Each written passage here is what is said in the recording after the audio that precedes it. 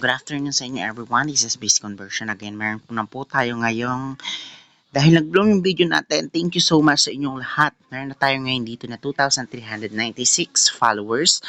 And then, lahat yan is chemical. Charis, ano lang yan, mga natural followers lang yan. Wala pong binili dyan. Lahat po yan is galing nga po sa paghihirap and paggawa nga po ng video natin. So ngayon, ituturo ko po sa inyo kung paano nga ba ipapatrade ang inyong mga GCash unverified papunta nga sa inyong GCash. So ito nga po tayo, si Viz Conversion nag-accept ng mga trades and ng services as follows. Una nga po is yung GGives to GCash, which is ito po yung pinaka nag-bloom sa ating YouTube channel. Dito sa ating YouTube channel wherein kaya po lumaki ng ganito or dumagdag ng another 200 or 300 followers yung ating FB page.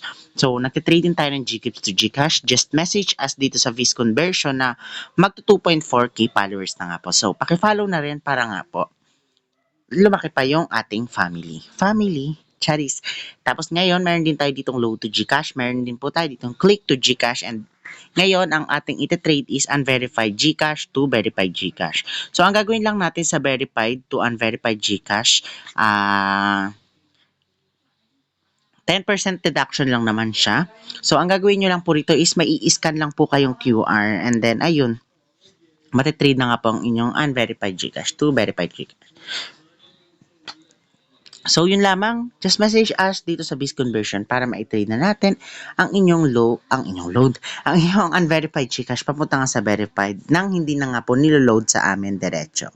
So, itong ating FB page is, ayan, marami pong people yung na-reach nung ating FB page wherein yung reaction nito is wala pong binili talaga. So, yun lamang. Message nyo na kami para sa gayon ay ma-convert na natin ang inyong mga digital balances para nga po marami tayong matrade. So, yun lamang and goodbye.